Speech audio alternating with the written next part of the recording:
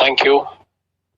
चलिए, thanks a lot. अपन start करें। अभी जैसा कि सर ने बताया था, कल we have a interview of HDFC bank, correct?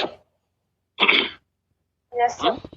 या तो हाँ, तो आप अभी जो भी अवेलेबल है, अपन ज्यादा समय नहीं लेंगे, अपन बड़े शॉर्टली जल्दी जल्दी अपन जो है अपन प्रोसेस को रिव्यू करेंगे एक एक करके, एंड वी विल अंडरस्टैंड। तो स्टार्ट विथ सबसे पहले आप लोगों के कुछ सवाल है क्या? आप जरा मुझे अगर पूछेंगे तो I think it will be good to start. You have any questions please? No sir. Yeah please go ahead. He said no. Sorry, आपने आई थिंक मुझे जल्दी में सुना ही नहीं, आपने यस बोला, नो बोला। You have any questions? No sir, मैंने नो ही बोला था। Sorry, no, I am sorry. चलिए, कोई बात नहीं, ठीक है। तो फिर मैं कोई सवाल करूं या कैसा, हम सीधा जल्दी जल्दी अपनी तैयारियों के ऊपर बात कर लें, चलेगा? या I want somebody to respond so that कि मेरे को समझ में आएगा सभी को। Yes sir, yes sir. हम जाग रहे हैं ऐसा वो चीज समझ में आएगी, राइट? तो let us plan out first कि सबके लिए जो सबसे पहला सवाल पूछे जाना है, वो सवाल ये पूछे जाना है कि आप क्यों ज्वाइन करना चाहते हैं HDFC bank? I want a volunteer to answer this first question. Why you would like to join HDFC Bank?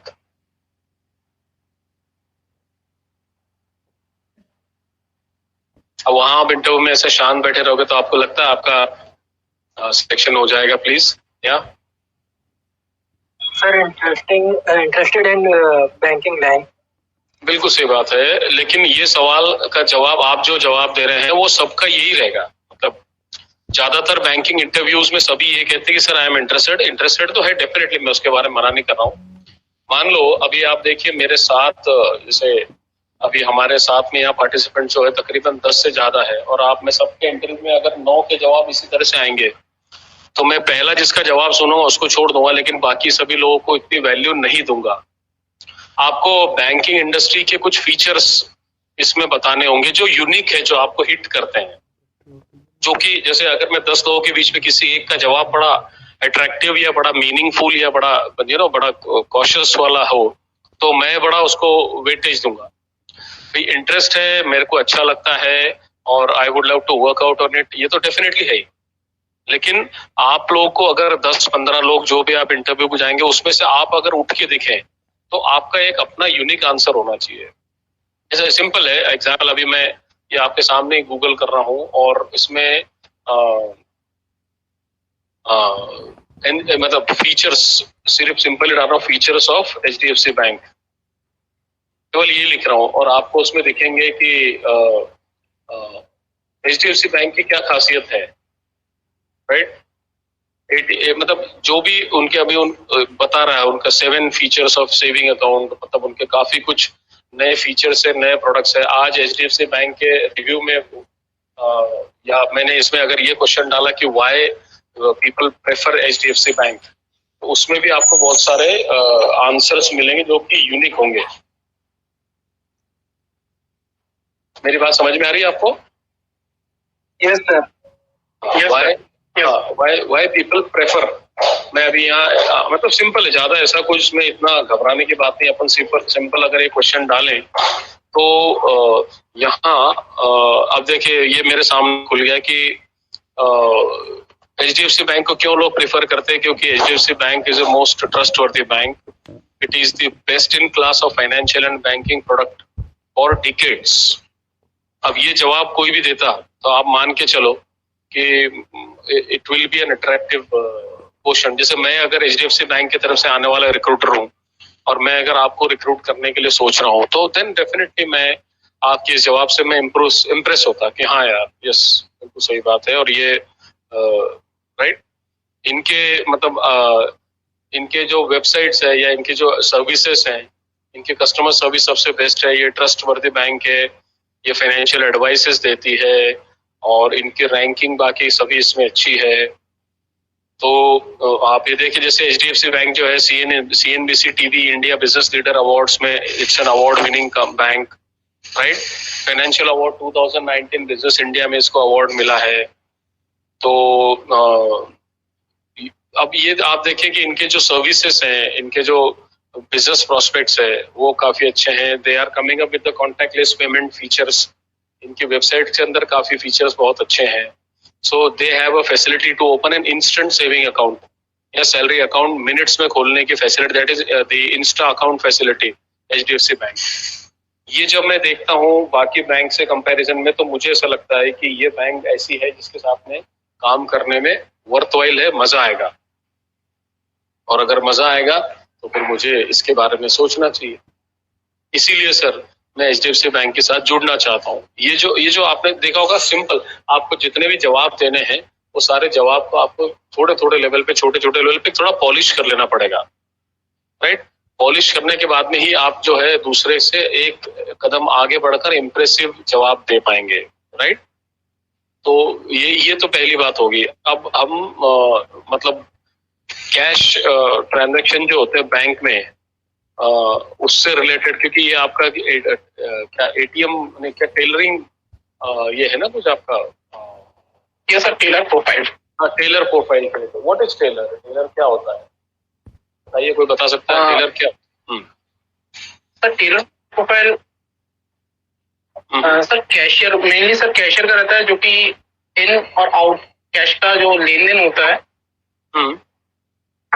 या sir deposit, withdrawal and RD amount, saving amount, ये सब। और कस्टमर जो आता है सर उसको या उसके ट्रांजेक्शन के बारे में बताना, या फिर सेविंग अकाउंट हो, चाहे आरडी अकाउंट हो, चाहे एफडी अकाउंट हो, इस चीज के बारे में। नहीं वो तो ठीक है, मतलब यही कह रहा हूँ कि देखिए आजकल क्या हो गया ना कि बैंक के बैंकिंग ट्रांजैक्शंस ज्यादा मार्केट ओरिएंटेड हो गए। जैसे एक सिंपल है कि बैंक में कितने कितने तरह के कैश ट्रांजैक्शंस होते हैं, कोई बताएगा मुझे?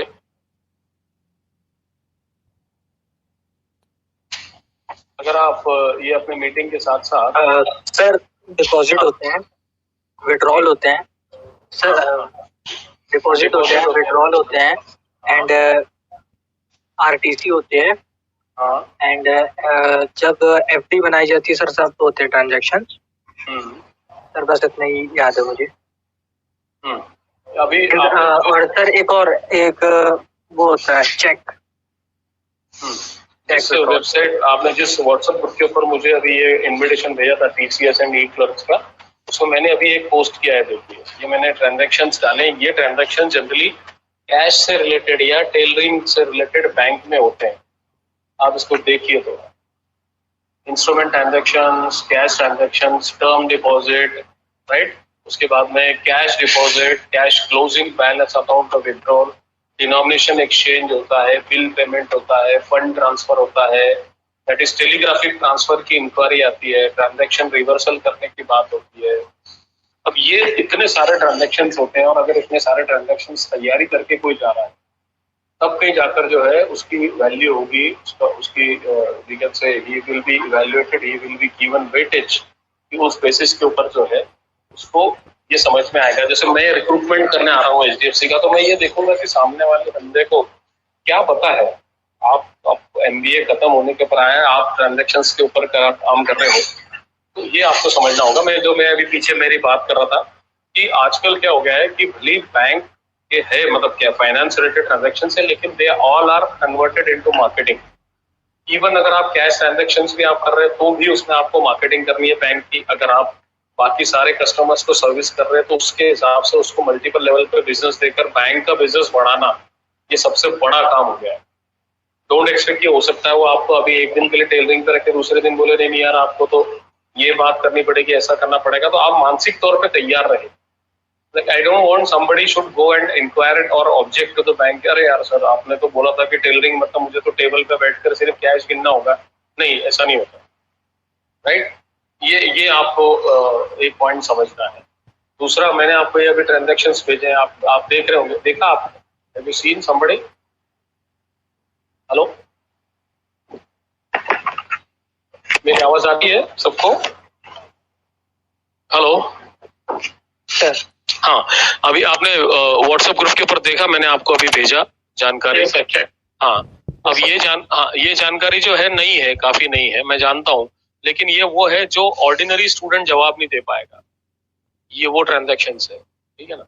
आपको ये बात समझनी है, आपको ये बात क्लियर कट समझनी है कि ये प्रोसेस में इस तरह से बात होती है, ठीक है। अब अगला क्वेश्चन मैं आपसे क्लियर कट पूछ रहा हूँ कि टेलरिंग ट्रांजैक्शंस में ये वाला रिस्क क्या क्या होती है? ट्रांजैक्शंस में रिस्क क्या क्या होती है ये? सर रॉन्ग एंट्री का एक ये चीज होता है कि sir wrong entry in case ऐसा कि डिपॉजिट की एंट्री प्लस कैश एंट्री जो होती है, जैसे इन केस कहीं डिपॉजिट करना है या फिर किसी के फंड में ट्रांसफर करना है, फंड ट्रांसफर प्लस आरटीजीएस या एमटीजीएस चीज में। ठीक है, और बताएं।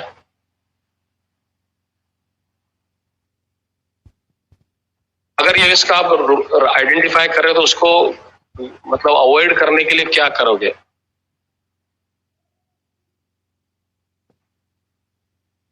सर मेनली सर जो कस्टमर आईडी होती है या फिर प्रॉपर सेविंग अकाउंट या फिर उसका जो अकाउंट है प्रॉपर वो चेक करके, या फिर एक यूनिक आईडी या कस्टमर आईडी, या फिर सर मेनली इसे ध्यान में रखते प्रणाली। अच्छा, आपने ये देखा होगा कि मैं ठीक है, आप सब फ्रेशर्स हैं, एमबीए में हैं, लेकिन मैं आपको उस चीज का एडवांटेज लेने नहीं दे रहा हूँ। Like nobody should go to the bank and से सर सॉरी हम तो फ्रेशर्स है सर, तो अभी हम कैसे करें सर, आपको तो मतलब ये बात समझनी होगी। You cannot blame somebody, you should understand that and आपको ये बात समझनी होगी कि आपको दो कदम आगे बढ़कर ये चीज आपको समझनी होगी कि ये किस तरह से काम होते हैं। तो जो ट्रांजैक्शंस अभी आप करने जा रहे हैं उस ट्रांजैक्शंस के अंदर रिस्क दूर करने के लिए आप क्या क्या कर सकते हैं? आपने मतलब एक तो पहला ऐसा है कि भाई आपके पास में जो है वो सारी चीजें प्रोसेस एक बार पूरी तरह से समझना है। दूसरा और कुछ आप सजेस्ट कर सकते हैं कि मैं अगर 10 लोगों के बीच में आपको चुनूं और आपको मैं ऑफर देना चाहूं तो आप मुझे कैसे इम्प्रेस कर सकते हैं कि you are the eligible candidate? या मेरे सवाल को मैं दूसरी तरह से पूछ रहा हूँ कि आप में ऐसी क्या विशेषताएं हैं सो दैट कि आपको टेलरिंग ट्रांजैक्शंस के लिए लिया जाए? कोई मुझे जवाब दे सकता है please? Am I audible? Yes sir, audible. हाँ, यस सर, यस सर। अच्छा, अभी आप एक और चीज देख रहे होंगे कि अभी मतलब 13-14 स्टूडेंट जुड़े होने के बाद भी हम जो है या तो हम शांत, या तो हमको पता है या हम शेयर करना नहीं चाहते। लेकिन आप ये मान के चलिए कि ये स्थिति हमारी वहां भी होगी और आई एम 99% श्योर कि आपने ये आंसर्स की या ये क्वेश्चंस की अभी फिलहाल इस ट्रेनिंग प्रोसेस में उम्मीद नहीं की होगी। क्या मैं सही बोल रहा हूँ? यस सर, आप सही बोल रहे हैं। हाँ, अब इसमें हमको ये चीज और समझनी है कि ठीक है, मैं आपको कोजी सिचुएशन में ले जाके बात कर सकता हूँ कि साहब ठीक है, कोई घबराने की बात नहीं, ये तो बहुत बढ़िया है, बाकी सारी चीजें जो है ये बराबर है और मतलब you should understand this very well and all that stuff. लेकिन सवाल ये है कि हमको 2 कदम आगे बढ़कर ये चीज समझनी होगी कि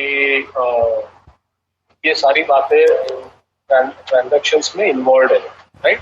अभी मैं आपको आपके व्हाट्सएप के ग्रुप के ऊपर एक जनरल स्टेटमेंट दे रहा हूँ। हाँ, ये मेरे तरफ से पोस्ट हो गया, देखिए।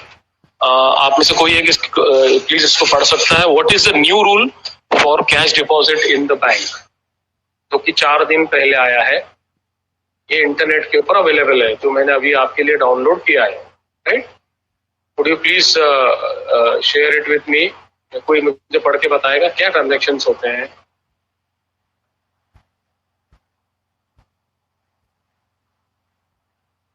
हेलो, मैं if you please allow me, मैं किसी एक को पॉइंट आउट करूं। चलो आप पढ़ के बताओ भैया। Yes, sir, I'm reading. Yeah, please. Yeah. So the government has made new rules regarding cash transactions in the bank or post office. According to the new rules, PAN and Aadhaar card will be required for depositing cash of rupees 10 lakh or 20, more in a bank, post office, 20 lakhs. and branch. अब देखिए pan card and pan number and Aadhaar number is mandatory.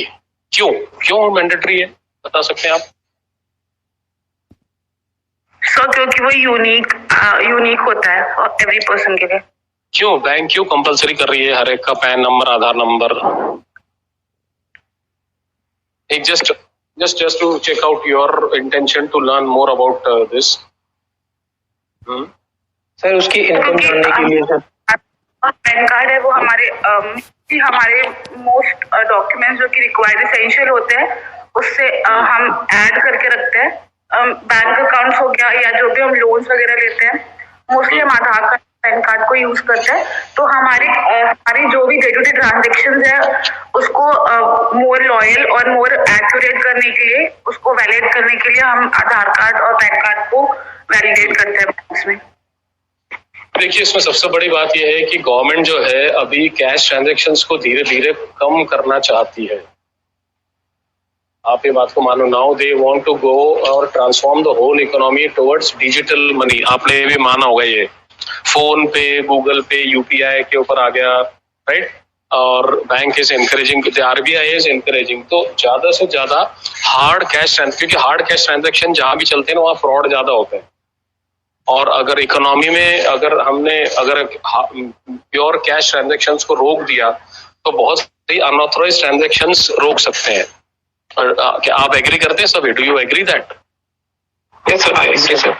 हाँ, हमारे जो digital money के जो transactions थे, मतलब UPI से या फोन पे से या गूगल पे से, तो ये ट्रांजैक्शंस अभी पिछले 4 सालों के अंदर 4 गुना बढ़ गए हैं। They have increase 4 times, right? क्यों बढ़े तो आपको पता है? उसका रीजन सर अभी, हाँ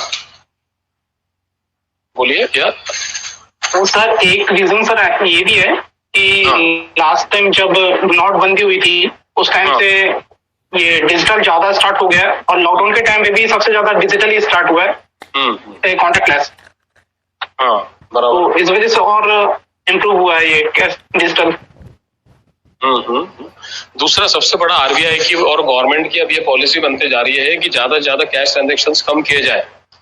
और एक सबसे बड़ी चीज ये होती है कि जब आप लोगों को मोटिवेट करते हैं कि आप बैंक ट्रांजैक्शन से करें तो उसके फुटप्रिंट्स क्रिएट होते हैं। आपने किसी शॉप ओनर से कैश में पैसा लिया और कैश में ट्रांजैक्शन किया तो हो सकता है वो उसके टैक्सेबल ट्रांजैक्शंस में वो बताएं नहीं बताएं, और आप माने ज्यादातर लोग नहीं बताते हैं। लेकिन the moment when you shift yourself on digital payment तो उसके फुटप्रिंट्स क्रिएट होते हैं। एक आपके तरफ से भी क्रिएट होते हैं, एक उनके तरफ से भी क्रिएट, हाँ तो डीलर की तरफ से भी क्रिएट होते हैं। तो डीलर्स जो है अब हाइड नहीं कर सकते कि मुझे पैसा ही नहीं मिला साहब, मुझे जो है एक्टिविटी नहीं मिली, ये हाइड नहीं कर सकते लोग, है ना? क्यों हाइड नहीं कर सकते? क्योंकि अब गवर्नमेंट जो है जीएसटी के ऊपर शिकंजा कस रही है, आपको पता होगा।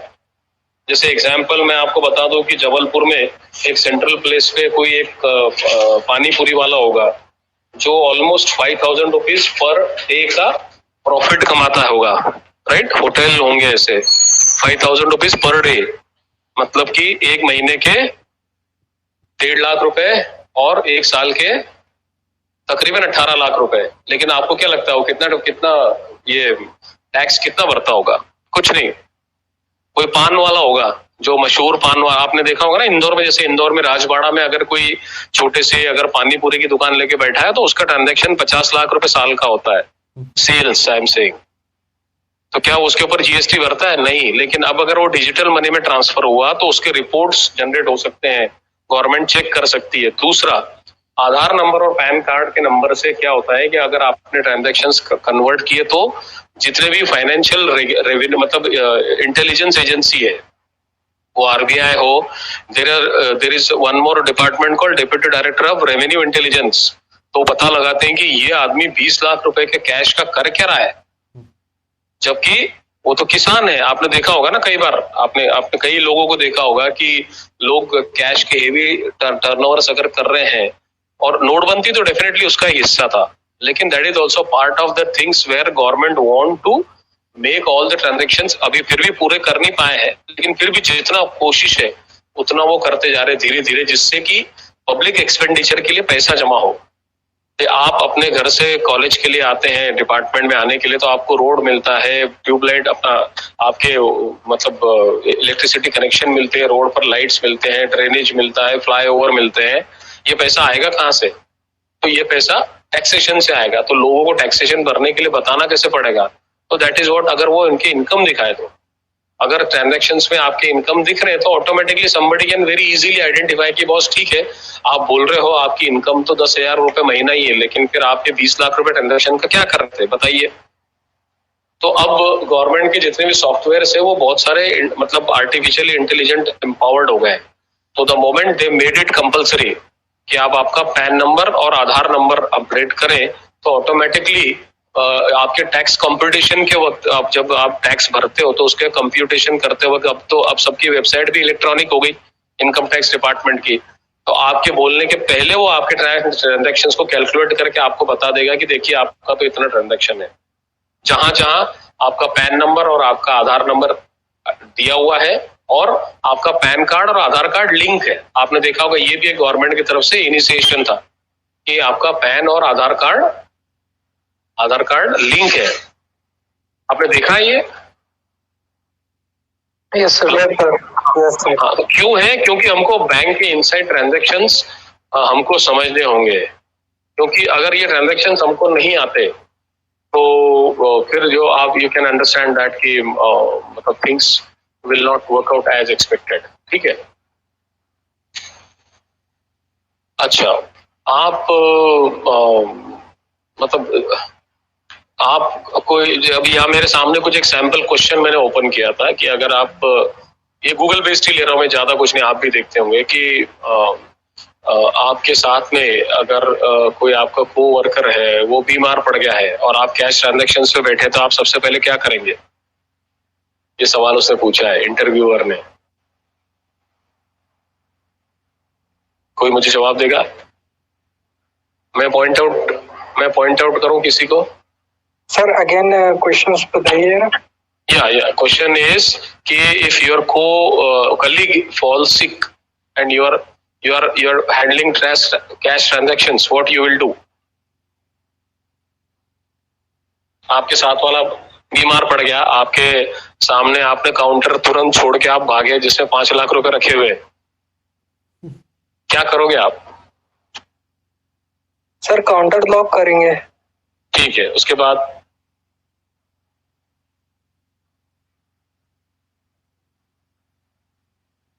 सही है ना? First answer is correct. या आगे बताओ, tell me the whole step. Then sir, shut off the software and see him. Agreed, no? You came out, you have seen him, okay. और उसके बाद सर फिर उसकी सही जगह पर पहुंचा करके अपना काम कंटिन्यू करेंगे। मैं ये बोला सही जगह पहुंचाने के लिए क्या करेंगे? फर्स्ट, आपको नहीं लगता आपने सबसे पहले ब्रांच मैनेजर को बुलाना चाहिए? नंबर 1। नंबर 2, हाँ ठीक है, आपने आसपास पहले कस्टमर्स को या बाकी किसी को सपोर्ट के लिए बुलाना चाहिए। तीसरा, एम्बुलेंस का नंबर क्या होता है? 108। हाँ, 108 को आपको बुलाना चाहिए। उसके बाद आपने खुद जाना चाहिए हॉस्पिटल? No sir. यहाँ से बहुत छोटी सी बात है लेकिन जेन्युइन बात है। ओके ठीक है, ओके। उसके बाद आपने वापस आकर फिर से अपने पूरे ट्रांजैक्शंस को इंटैक्ट चेक कर लेना चाहिए। मानो बगैर चेक किया आपने फिर से काम शुरू किया और शाम को 8 बजे पता चला कि अरे यार एक मेरी गड्डी गायब है, फिर क्या कर लोगे आप? आपने लोगों को रोकना चाहिए, 2 मिनट भाई, पहले मैं मेरा जो है ऑनलाइन से ऑफलाइन का क्लोजिंग बैलेंस चेक कर लो। इज इट भाई ठीक है, 5-10 रुपए इधर उधर हो रहे, लेकिन क्या ये मैच हो रहा है? हाँ हो रहा है, तो चलो आगे बढ़े। और मुझे चेक करने में कितना समय लगेगा? 2 मिनट। तो ये होता है जिसको कहते हैं हाइजीनिक फैक्टर, मतलब कि ये वो फैक्टर्स होते हैं कि जहां आपको बेसिक कैश ट्रांजैक्शंस मैनेज करने के लिए बेसिक हाइजीन होती है, उसके ऊपर आप कॉम्प्रोमाइज नहीं कर सकते, right? Okay, now next question is कि आपको जब गुस्सा आता है तब आप क्या करते हैं? से मुझे अंकित जवाब दे रहे हैं। अंकित जी आप बताएं यार। सर कंट्रोल करता हूँ मैं तो। अच्छा, कैसे, how you control your anger? Sir avoid करने की कोशिश करता हूँ, उसे इग्नोर करता हूँ सर।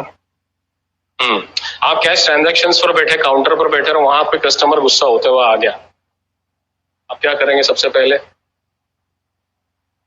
सर अगर कोई भी कस्टमर अगर गुस्सा हुआ आता है तो सबसे पहले उसकी हम प्रॉब्लम पूछेंगे कि उसे प्रॉब्लम है क्या, तो क्यों गुस्सा हो रहा है। फिर जो भी उसका सॉल्यूशन दे सकता है, अगर ब्रांच मैनेजर है तो हम एडवाइस के लिए उसको सीधे बता सकते हैं कि आप हमसे बात नहीं करिए, अंदर ब्रांच मैनेजर है, आप सीधे उनसे कांटेक्ट करिए, आपकी सारी परेशानी जो है वो दूर हो जाएगी। आपने हर बैंक को, खासकर HDFC बैंक में तो आपने देखा ही होगा कि आपने हर बैंक में आपने ट्रांजैक्शन देखा होगा, there is one post called customer service manager, right? जो कैशियर नहीं होता, समझा आपने? देखा होगा, एक्सक्लूसिव बैठा होगा, जो कि उसका काम ही ये रहता है कि आने वाले कस्टमर्स की बात सुने। It's not the branch manager, not the cashier, it is the customer service manager. Even आप कोई भी इस पे तो बोलेंगे काउंटर नंबर 3 पर जाइए या 4 पर जाइए, बताते हैं ना वो लोग, सबसे पहले they will talk about this only, करेंगे। देन अब सबसे पहले आपके पास कैश लेकर कोई ट्रांजैक्शन वर्कर, कोई अगर कस्टमर खड़ा तो आप पहले उसके ट्रांजैक्शन कंप्लीट करेंगे। बोले सर 2 मिनट आपको रुकना पड़ेगा, मुझे ये कंप्लीट कर लेने दीजिए, उसके बाद में अगर समय मिला तो मैं देखूंगा, otherwise you can go and contact to the concern person. आपने देखा होगा कभी भी कैश ट्रांजैक्शंस वाले काउंटर पर जरूरत से ज्यादा किसी को खड़ा नहीं रहने देते, जिसका काम नहीं है वो, देखा है आपने? Yes sir, yes sir, yes sir. हाँ, मतलब अगर आपका if you are part of the transaction तो ठीक है, आपको रोक लेगा, अदरवाइज नहीं तो कैजुअल आदमी को बिल्कुल नहीं। ओके, आप ट्रांजैक्शन करें, आपको समझ में आ गया कि सामने वाला आदमी फ्रॉड है, आप क्या करेंगे?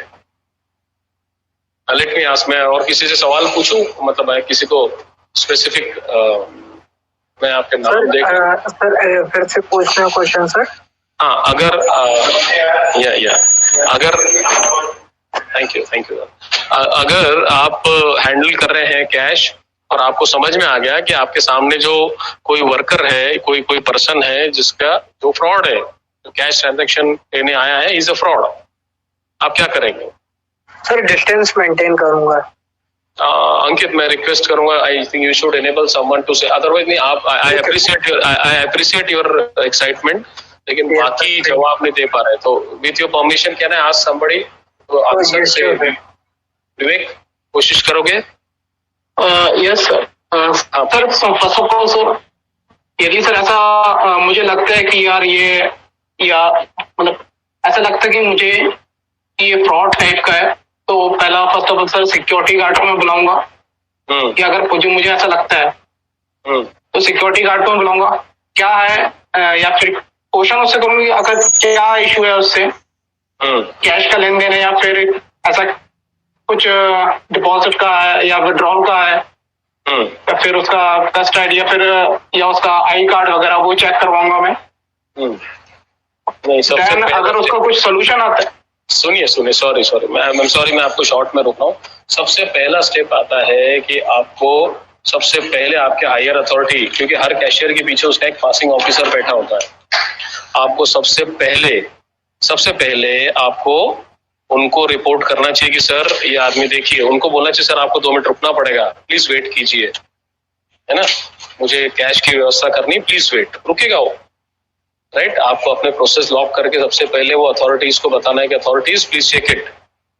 आप खुद काउंटर के इस तरफ है, अब अगर आप उसको हैंडल करने जाओगे, गार्ड को बुलाने जाओगे, वो तो अलर्ट हो जाएगा ना, भाग जाएगा वो तो, राइट? ऐसे वक्त सबसे पहले आपने देखा होगा कि वो सबसे पहले अपने फेस को कभी भी चेंज नहीं करते, उनको हैंडल कर लेते हैं। दूसरा वो बोलते हैं सर आपको 2 मिनट बैठना पड़ेगा, प्लीज मैं जरा व्यवस्था कर रहा हूँ। वो कभी भी हलचल नहीं मचाते। इवन अगर गार्ड को भी बोलना है तो धीरे से जो है उसको कम्युनिकेट हो जाए गार्ड को कि भैया ये अलग ट्रांजैक्शन है, मतलब हलचल नहीं मचाते। जैसे आपने बोला भैया गार्ड प्लीज इधर आना जरा, देखना जरा इसको, उतने में तो या तो भाग जाएगा या हो सकता है वो आर्म, क्योंकि अब कैश अगर है तो लोग पैसे आजकल आर्म भी लेके चलते, क्या बोलता पता कुछ भी हो सकता है ना, राइट। तो जैसे मूवीज में होता है हीरोइक ट्रांजैक्शंस, हाँ हीरोइक ट्रांजैक्शंस की उम्मीद नहीं की जाती। वेरी कूल, जितना आपका दिमाग शांत ठंडा रह सकता है उतना दिमाग ठंडा रखकर आप सबसे पहले मैनेजर को बताएंगे। मैनेजर जो है, जो कंसर्न अकाउंट होल्डर है, उसको फोन करके पूछेगा भैया ये आपके यहाँ कोई लेने आया है, आपको कोई दिख रहा है क्या, आपके कोई कंसर्न है क्या, बोलेगा नहीं, हाँ जो भी है, if require they will call the police also, आराम से। तब तक रूटीन ट्रांजैक्शन बाकी लोगों के चलते रहेंगे। ऐसा आपको सर वेट करना पड़ेगा बोल के रोक देते हैं उसको धीरे से। फिर कहीं जाकर जब सारी व्यवस्थाएं थोड़ी हल्की हो जाएंगी, फिर धीरे से उनको बोलेंगे सर एक मिनट आपको ऑफिस में बैठना पड़ेगा, एक मिनट हम आपसे कुछ आपको बताना, कैश देना चाहते हैं, तो उसको अलग ले जाते हैं, क्योंकि दैट्स अ मूवमेंट प्लेस। लोग ट्रांजैक्शन करते हैं तो वहां तो बहुत सारे, आप 100-50 अगर बड़ी ब्रांच है तो किसी वक्त 15-20 लोग तो रहते हैं। हलचल मच गई, धक्का धुक्की मच गई, कहीं किसी को लग कर गया, तो पहले सिखाया जाता है कि cool your head, report to the authorities कि साहब ये ऐसा है ना। अथॉरिटीज बताती है ठीक है ऐसा करते हैं तो वैसा करने का।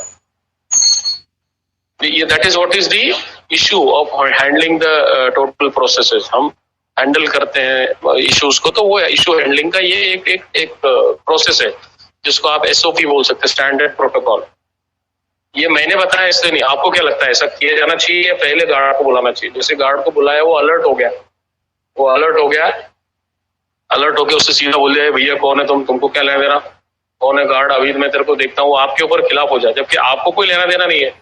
आपको सबसे पहले अपने जो आपके जो सेफ्टी ट्रांजैक्शन है पहले अपने आप को रोक लेना है, आपको बात करनी है, आपको बताना सर ये आपको सर से मिलना पड़ेगा, वो बताएंगे साहब ये आपकी साइन मैच नहीं हो रही, आप एक बार साइन कीजिए, ये आप कहाँ से आए क्या नहीं आए। फिर वो आपके अथॉरिटीज जो है, आपका रिपोर्टिंग मैनेजर या आपके ब्रांच मैनेजर, वो उसको हैंडल करेंगे, है ना।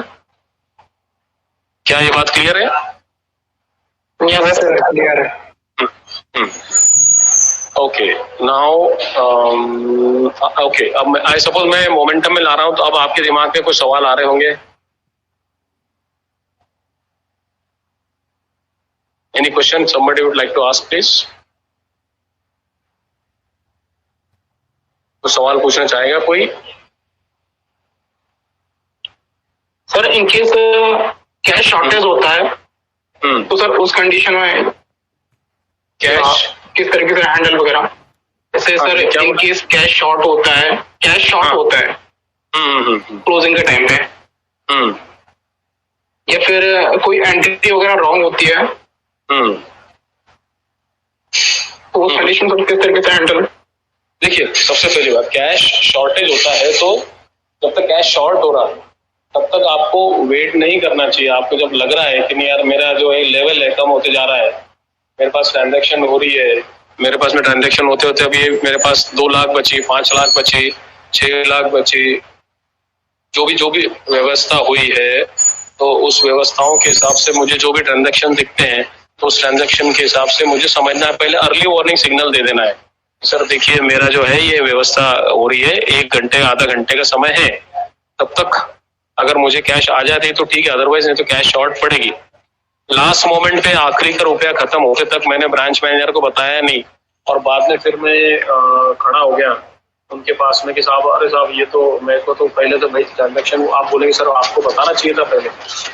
तो कैश शॉर्टेज के अपने प्रोटोकॉल्स होते हैं, उस प्रोटोकॉल्स के हिसाब से बाकी व्यवस्थाएं होती, तो आपको ये देखना चाहिए नंबर 1। नंबर 2 आपको ये साथ में अगर एंट्रीज मतलब कैश शॉर्टेज है तो आपको जनरली क्या होता है कि फिर अथॉरिटीज या बैंक के गार्ड्स या दूसरे ब्रांच से पैसा बुलाते हैं, दूसरे बैंक से पैसा बुलाते हैं कि HDFC वाले ICICI बैंक या स्टेट बैंक में जाएंगे, वहां से कैश लेके आएंगे, तो आपको पहले सिग्नल दे देना चाहिए। जनरली ये सारे सिग्नल मॉर्निंग में दिए जाते हैं कि भाई आप शुरुआत करने जा रहे हो और आपको लगता है कि यार पर डे अपने तरफ इतना होता है, तो आप जो आपके जो असिस्टेंट मैनेजर है या थोड़ा first line and second line authority को पहले बता देंगे, सर मुझे लगता है आज 5-10 लाख रुपए की अपने को जरूरत पड़ेगी, आप पहले से ट्रांजैक्शन कर लो। ये आपने भी देखा होगा, वहां का जो एग्जिस्टिंग स्टाफ होता है वो पहले से इधर उधर ब्रांच को फोन ला के बात कर लेता है और चीजें स्ट्रीमलाइन हो जाती है। नंबर 1। हाँ नंबर 2, इसके साथ साथ में ये भी व्यवस्था होती है कि अगर आपके पास में अगर ट्रांजेक्शन आ रहे हैं तो आपको बोलना पड़ेगा कस्टमर को, सॉरी सर अभी जो व्यवस्था है हमको दूसरे ब्रांच से लानी पड़ रही है, आपको वेट करना पड़ेगा थोड़ा। मतलब वो काउंटर पे खड़ा ही है और आप उसका नंबर आने के बाद में जो है आप उनको बोल रहे हैं तो आप उनको पहले बता दें कि सर आपको अगर है तो आप 1 घंटे बाद आके ले सकते हैं, we are arranging, that's it. Number 2, अगर एंट्रीज गलत हो जाए, मतलब अगर वो कैश से रिलेटेड डिस्ट्रीब्यूशन में एंट्री गलत हो गई, वो तो आपको आपके जेब से भरना पड़ेगा, क्लियर है बात। लेकिन हाँ, अगर अकाउंटिंग ट्रीटमेंट, हाँ अगर आपको ट्रीटमेंट करते वक्त एंट्री गलत हुई तो एक तो उसका रेक्टिफिकेशन होता है, अलग अलग बैंक्स के अलग अलग प्रोसेस होते हैं कि भाई या तो वो उसको काउंटर करेंगे या वो एंट्री को डिलीट, जनरली कैश की एंट्री डिलीट नहीं होती है, तो वो या तो उसको मतलब जो पासिंग ऑफिसर या ब्रांच मैनेजर उसके काउंटर एंट्री देके उसको नलीफाई करेगा, ऐसे बहुत सारे उसके प्रोसेसेस होते हैं। बट वो बैंक टू बैंक वेरी करते हैं, जैसे रिस्पेक्टिव बैंक की पॉलिसी होती है वैसा उस पॉलिसी के हिसाब से काम होता है, राइट? Yes sir. ओके। अभी रिसेंटली मेरे यहाँ एक इंटरव्यू हुआ और एक इंटरव्यू में उसने इंटरव्यूअर ने ये IIFL का था, तो उसने पूछा कि आप सोशल मीडिया पे एक्टिव कितने रहते हैं? तो हमारे एक स्टूडेंट ने बोल दिया सर मैं तो बहुत ज्यादा एक्टिव रहता हूँ, मैं तो हर 15 मिनट के अंदर मेरे अपडेट डालता हूँ इस पे इंस्टाग्राम पर। उसको उसने आउटराइट बेसिस पर रिजेक्ट कर दिया। आप डालते हो सब सही है, लेकिन आपको वहां मतलब अननेसरी एक्साइटेड नहीं हो जाना है कि यार नहीं सर मैं तो ऐसे धज्जियां उड़ा देता हूँ। ओवर एक्साइटेड लोग जो हैं वो कभी कभी अपने पांव पे कुल्हाड़ी मार लेते हैं, ये लोग अथॉरिटी समझते हैं। मैंने इंक्वायरी किया सर ये तो काफी काबिल लड़का था, तो उन्होंने बोले सर ये सोशल मीडिया पे हाइपर एक्टिव है, ये जरा सी कुछ भी गलती हुई तो ये सोशल मीडिया पे जाके बात करेगा और उसमें किरकिरी होगी, तो हम ऐसे लोगों को लेना ही नहीं चाहते। एक ये बात है, तो ये बात आपको कम्युनिकेट करनी है। अब अपन एक प्रोसेस एक प्रोटोकॉल रन कर लेते हैं। प्रोटोकॉल इन द सेंस की होगा क्या, जैसे भी आपको इनवाइट किया जाएगा, आप इतने बजे यहाँ ब्रांच में पहुंचे तो नेचुरली आप फॉर्मल्स में होंगे, लाइट प्लेन शर्ट्स होंगे, डार्क पैंट होंगे, ब्लैक शूज आपके होंगे, गर्ल्स की यूनिफॉर्म जो सोबर होगी, अननेसरी एकदम हाइपर जीन्स या एकदम फैशनेबल कलर वाली भड़क कपड़े नहीं होना, डिसेंट सोबर क्लोथिंग होना चाहिए, राइट? आपके पास आपकी एक फाइल होगी, वो फाइल प्रॉपरली एक डिसेंट वाली होगी, उसमें PVC फोल्डर्स होंगे, उसमें आप आपके सारे सर्टिफिकेट 1 by 1 लगाएंगे, आपके 10th का, आपके 12th का, आपके ग्रेजुएशन की मार्कशीट्स, आपके MBA के सेमेस्टर्स की मार्कशीट, ये एक के बाद एक लाइन में होगी। फिर आपके अचीवमेंट्स होंगे, सबसे ऊपर आपकी CV की एक एक्स्ट्रा कॉपी होगी, एक आप वहां देंगे, एक कॉपी एक्स्ट्रा आपके पास होगी, राइट? उसके बाद में आपके कुछ अचीवमेंट्स है, आपने कोई पार्टिसिपेट किया है, आप वो चीज रखोगे।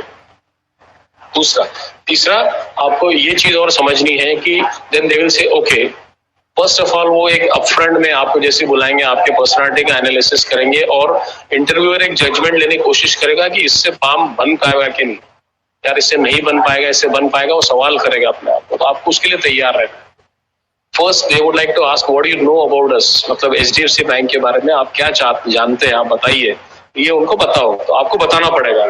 अब वो स्टैंडर्ड आप जो भी बता रहे हैं थोड़ा क्वालिटेटिव बताए, अच्छे से बताए कि सर HDFC बैंक जो है इस साल में स्टैब्लिश हुई और आज जो है इनका सेल्स का टर्नओवर इतना है, इनको ये अवार्ड्स मिले हैं।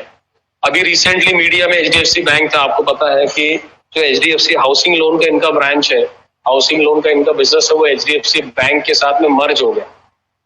So now the size of the bank has increase now. तो ये एक सबसे बड़ी मीडिया की बात है, वो आपको बतानी चाहिए, right?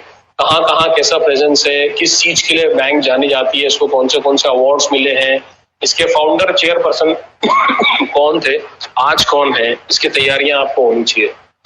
Then second point he would like to ask कि भाई ओके आप क्या जानते हैं बैंक के ट्रांजैक्शंस के बारे में, क्या क्या जानते हैं। मैंने अभी एक बार कहीं इंटरव्यू देखा था तो उसने बोल दिया विड्रॉल स्लिप में क्या क्या पॉइंट्स होते हैं, बताओ क्या क्या लिखा होता है विड्रॉल स्लिप में, कोई मुझे बता सकता है? से शशांक कैन यू ऐड, आपने कभी विड्रॉल स्लिप भरी बैंक की? Yes sir. हाँ, क्या क्या रहता है उसमें बता सकते हैं? अकाउंट नंबर रहता है सर, सिग्नेचर वगैरह रहते हैं मेंशन सर, डेट पूरा स्टेप बाय स्टेप पूरा बता। हाँ, डेट या और अकाउंट नंबर रहता है सर, डेट वगैरह रहते हैं और अमाउंट रहता है कितना विथड्रॉ करना है और एड्रेस वगैरह रहता है मेंशन ब्रांच का, किस ब्रांच से आप विथड्रॉ कर रहे हो। और सर यस सर, और अकाउंट नंबर IFSC कोड वगैरह। एक बहुत इंपॉर्टेंट चीज आप भूल रहे हो, मोस्ट इम्पोर्टेंट, क्या भूल रहे हो? अकाउंट होल्डर का नेम। हाँ, वो तो बता दिया। अकाउंट होल्डर सर, जितना भी अमाउंट विड्रॉ कर रहे हैं उसको वर्ड में, हाँ मतलब न्यूमेरिकल्स और वर्ड दोनों में, ठीक है। और सिग्नेचर, हाँ सिग्नेचर, बिल्कुल अगर सिग्नेचर बताया नहीं आपने, सिग्नेचर बहुत जरूरी होता है और सिग्नेचर दोनों जगह से होना चाहिए, आगे से भी और पीछे से भी, मतलब विड्रॉल स्लिप के पीछे भी सिग्नेचर होना चाहिए। एक और चीज जरूरी होती है विड्रॉल स्लिप के साथ पैसे निकालने में, आपने देखा है कौन सी? सर अभी मोबाइल नंबर भी मेंशन करता है वहाँ पे। बिल्कुल करेक्ट है। और एक चीज होती है पासबुक। बिल्कुल करेक्ट, पासबुक आपके लिए जरूरी है। आप विड्रॉल स्लिप से अगर पैसे निकालना चाहते हैं तो आपके साथ में आपकी पासबुक होनी चाहिए।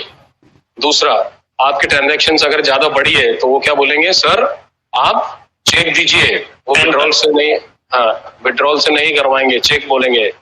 क्यों बोलेंगे चेक, बताओ क्यों चेक क्यों चाहिए उनको?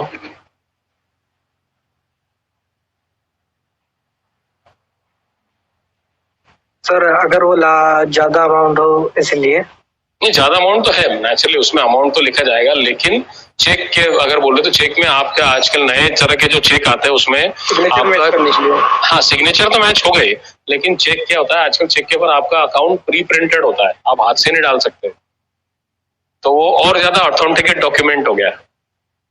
प्लस आपका नाम उससे प्री प्रिंटेड होता है। आपने देखा होगा नए चेकबुक आए, देखा होगा आपने? Yes sir. हाँ, तो अब अगर आपने चेकबुक बुलवाई नहीं तो अब आजकल बैंक क्या करती है, चेकबुक आपके नाम से प्रिंट करके भेजती है।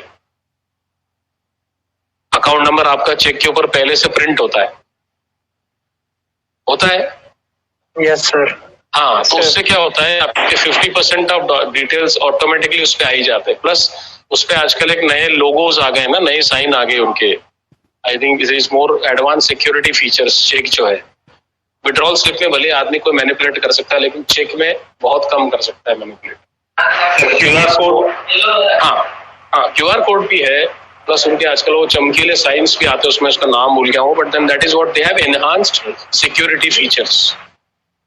तो वो सिक्योरिटी फीचर होने की वजह से देखो बात है 10 में से आप कंज्यूमर हैंडलिंग को कितना मार्क्स देना चाहेंगे? एक टेलर के लिए कितनी जरूरी है कस्टमर हैंडलिंग या कंज्यूमर से ट्रीटमेंट विद दी कंज्यूमर्स के 10 में से कितने मार्क्स होने चाहिए मिनिमम, उतना उसको काबिलियत होनी चाहिए।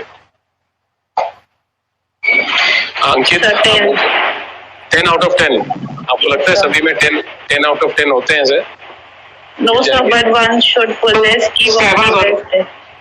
नहीं, एग्रीड। सी आइडियल कंडीशन तो अलग है, बट हमको रियल कंडीशंस में अगर हम देखें तो उसमें हमको समझ में आएगा ना। Sir, I say 8. Okay 8, okay. या और कोई कुछ कहना चाहेगा? तो 7 सर। क्यों 8 क्यों और 7 क्यों? Do you have justified reasons? Yes sir, 8 because tailor consumer dealing कर रहे हैं, तो मैक्सिमम जो बैंक की रेपुटेशन है या जो भी उसका एनवायरनमेंट है वो कन्वे करना उसका पार्ट होगा कि कितने बेस्ट तरीके से वो कंज्यूमर से डील कर रहा है, अपने कंपनी को कैसे प्रेजेंट कर रहा है, कितने स्मूथ ट्रांजेक्शन हो रहे हैं, तो वो बहुत इफेक्ट करेगा कंज्यूमर पे कि हमारा बैंक कैसा काम कर रहा है, वहाँ का एनवायरनमेंट कैसा है, वहाँ के एम्प्लॉइज कैसे हैं। तो I guess at least 8 is the minimum number one a teller must possess. Okay. Why 7? Vivek? 7 बोलो। सर मैंने 7 इसलिए बोला सर कि सर कस्टमर हैंडलिंग का मेनली जो काम रहता है सर, मेनली टेलर का काम उतना नहीं रहता है, क्योंकि ट्रांजेक्शन का जो लेन देन रहता है कस्टमर टेलर के पास आता है मेनली कैश इन और आउट के लिए, और अदर कस्टमर जो इंक्वायरी होता है वो इंक्वायरी काउंटर में मेनली हैंडल हो जाता है, और फिर बाकी का काम जो ब्रांच में, यस सर, बाकी का जो काम है वो ब्रांच मैनेजर के थ्रू भी हैंडल और सॉर्ट आउट हो जाता है. सो that's why not branch manager, its customer service manager. मैंने बोला ना सर्विस डेस्क होता है, वो अलग बेसिक अदर चीजें वो वहां से कर लेगा. एंड कस्टमर हैंडलिंग तो हर पार्ट पे होती है. अगर आप लोन दे रहे तो भी आप कस्टमर को हैंडल कर रहे, कैश दे रहे तो भी हैंडल कर रहे, डिपॉजिट्स करवा रहे तो भी हैंडल कर रहे. There are lot of angles. तो आप मुझे मेरा पर्सनल ओपिनियन आप पूछे तो स्वात्मी विवेक का आंसर ज्यादा प्रिसाइज था, बिकॉज कस्टमर हैंडलिंग तो है but then tailor is such a post. यहाँ आपको इंडिविजुअल कैश मैनेजमेंट स्किल्स भी आपको पहले से संभाल के रखनी है, क्योंकि this is more critical line of action where you should understand, है ना. राइट. और कोई सवाल please? Any more question please?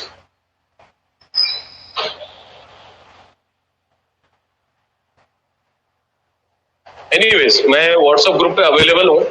मेरे हिसाब से ड्यूरिंग दिस सेशन मैंने आपको अभी यहाँ तैयार किया है बहुत सारे इसके लिए. आपके इंडिविजुअल लेवल पे अगर कुछ सवाल आएंगे तो you can shoot me on the WhatsApp. I will try to answer this. सिर्फ एक ही ऑब्जेक्टिव है कि Sir, can I ask a question? Please, so my please. question is, mostly I've seen कि जब भी हम किसी प्राइवेट बैंक में इंटरव्यू करते हैं तो दे आस्क द क्वेश्चन कि why not government banks, right? आप गवर्नमेंट बैंक में आपने ट्राई किया कि नहीं किया? So what should be your answer? Like me personally, I am pursuing for bank exams. So what should I answer that I should not hurt their feelings and I should convey my answer properly or my thoughts properly? देखिए, अब आप उसको जवाब देना चाहिए कि sir आप overall scenario अगर आप देखें तो आपके पास एक जवाब होना चाहिए कि हमारे देश में कितने नेशनलिस्ट बैंक है और कितने प्राइवेट बैंक है और कितने कोऑपरेटिव बैंक है. तो आप देखिए वैसे they are coming up with equal numbers more or less. तो अगर आप देखें तो गवर्नमेंट की पॉलिसी ऑटोमेटिकली आ गई है एंड अब गवर्नमेंट एनकरेज कर रही है प्राइवेट प्लेयर्स को भी. क्वेश्चन गवर्नमेंट और प्राइवेट का नहीं था, क्वेश्चन क्वालिटी ऑफ सर्विसेज का होता है. तो जब इसकी नीड हुई, मतलब when there was a need which has arisen to give the best services to the customer, तो प्राइवेट बैंक्स की सर्विसेज ज्यादा अच्छी पाई गई. ये मैं नहीं, ये आपको मीडिया में दिखेगा. So if you ask me why not a private bank, why not a government bank, देखिए बैंक है और मुझे लगता है कि अगर आप कंपेयर करके देखें तो over a period of shortest period of time from last 10 years this bank has emerged as one of the most pioneer bank in customer services. मुझे लगता है कि ये ज्यादा वाइब्रेंट बैंक है in comparison with the government bank. तो I see my bright future with this organization. So that's why I would like to prefer this. So but the counter question will come that do you have a bank account in our bank? So I personally don't have. So what should I answer for? नहीं, उसका reason ऐसा है कि sir there are 2 reasons. भाई मुझे banking operation करने के लिए मेरी जगह से आपका जो बैंक है काफी दूर था, नंबर 1.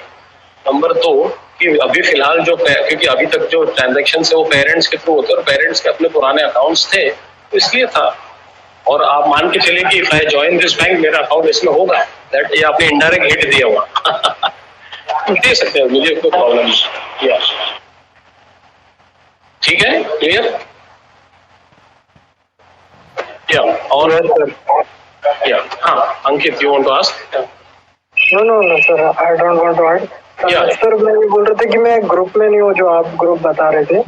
आई थिंक उस ग्रुप में कौन है एडमिन? टीसीएस और ई-क्लर्क्स का. I think somebody was there. Sir मैं भी नहीं हूँ सर उसमें. कोई बात नहीं. I think Swatmi you were there. Yes, I share the link with people. हाँ, इनको ऐड करा दीजिएगा. या प्लीज. राइट. और कोई सवाल प्लीज? ये होता है on the spot upon response नहीं भी कर पाए तो आप एक बार तैयारी कर ले, उस पर shoot the question, I will there to answer. Even जाने के पहले भी आपको ऐसा लगा तो आप मुझसे सवाल कर लेना और मुझे बता देना, है ना. तो we can try to answer as many as question as we can. Right, चलेगा? Yes sir. तो हम आज के लिए यहाँ स्टॉप करें. आई सपोज आप सभी को कुछ ना कुछ बेनिफिट हुआ होगा. Are you getting some advantage through this interaction? Yes sir. चलिए, thank you so nice of you. Thank you so much sir. मुझे thank you sir so much. Thank you very much. God bless you. तो आप मुझे उस पर भी सवाल कर लें, मुझे बताइए. राइट, चलो. Thank you sir for giving your time. नहीं ठीक है सर, कोई बात नहीं. तो मैं अवेलेबल हूँ व्हाट्सएप पर, मैं अवेलेबल हूँ. अगर इंडिविजुअल भी कोई जल्दी सवाल नहीं कर पा रहा तो मैं आंसर दे दूंगा, कोई बात नहीं है. तो all the best to you. आप सभी का मेरी शुभकामनाएं. अच्छे से आप सेलेक्ट कीजिए अपने आप को and progress yourself, right? Thank you, all the best. Thank you sir. Thank you sir. Thank you thank you sir. Thank you sir.